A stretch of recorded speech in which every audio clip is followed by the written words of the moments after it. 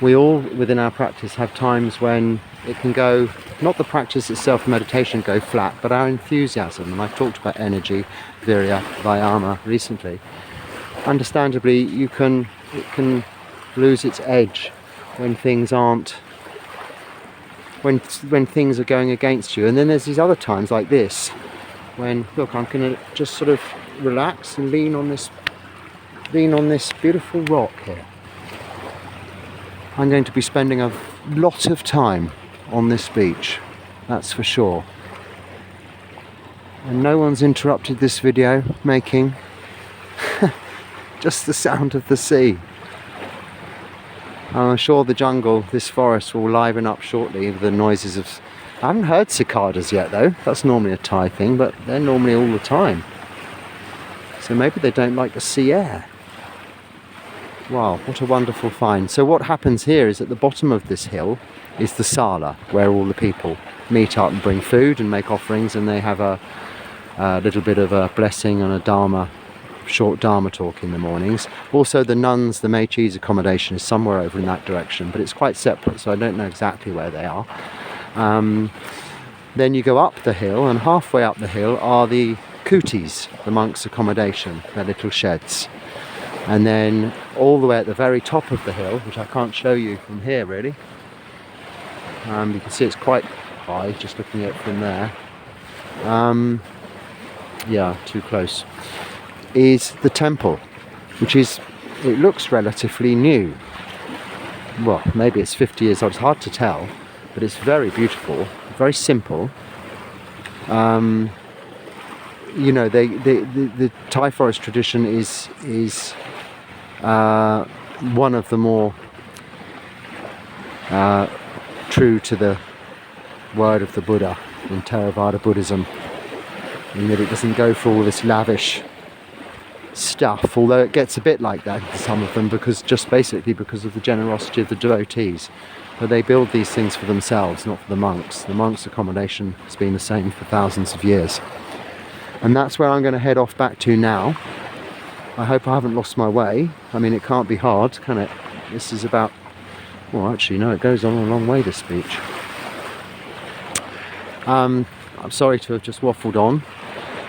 I'm not... And I don't want to sound like I'm boasting about this location. The practice in itself and living in a Thai forest monastery is hard. And I'm not going to underestimate the challenges I have ahead.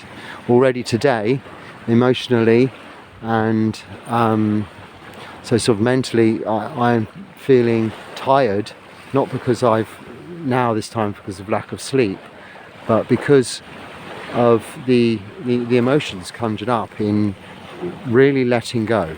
When you come to a place like this, you are letting go literally of everything. You've no contact with the outside world. This is an exception. I'm not even sure I'm allowed this phone, but it's going to stay with me for the time being. I should ask, and I will ask when I get an opportunity to have a translator. And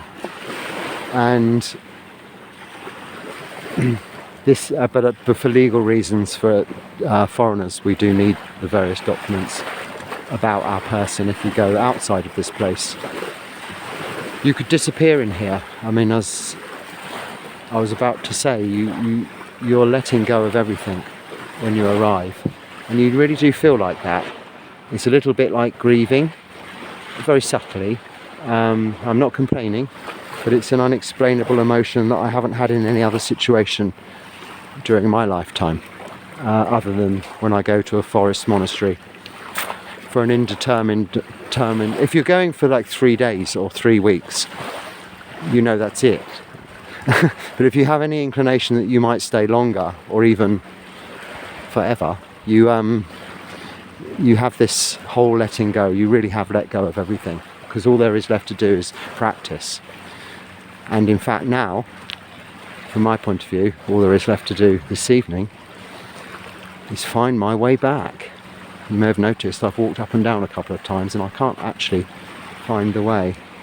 But there was a piece of wood that I made a mental note of. Let me just show you this beautiful clear water. It's clear, so you can't see it. I've spoken for a lot longer than I intended to, and I'm grateful for you being interested enough to allow me to do so. If there was one person listening to this, I'd be very happy. If there's 20 out of the 1,000 subscribers, I'm very happy too.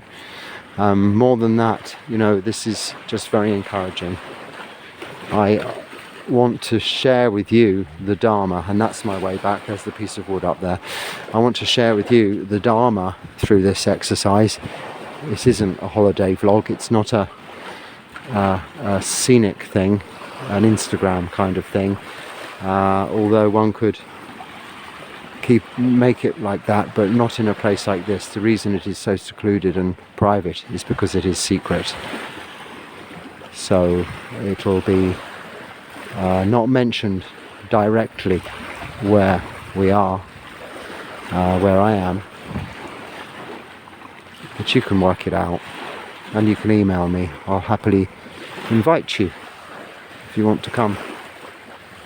You'd have to fund your way here, but it's I'm sure they have lay people stay for little retreats, but that's a long way down the road yet. Let's see how things go, each day at a time. In fact, each moment at a time now.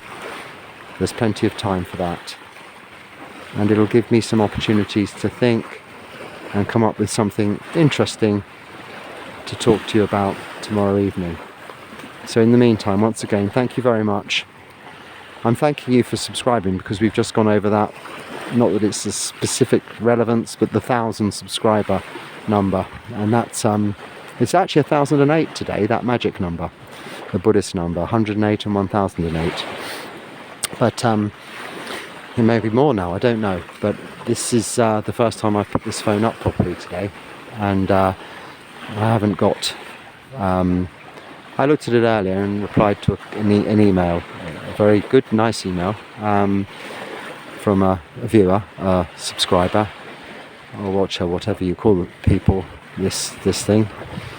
I hope you enjoy it. The things to come are very exciting, I think. I might make a short video now to that effect. So I'll send you my blessings from here in Thailand, in this beautiful place, with metta. May your practice be fruitful, and may you attain to nibbana, freedom from suffering, in this very lifetime. Sukhi hotu, sukhi hotu, sukhi hotu.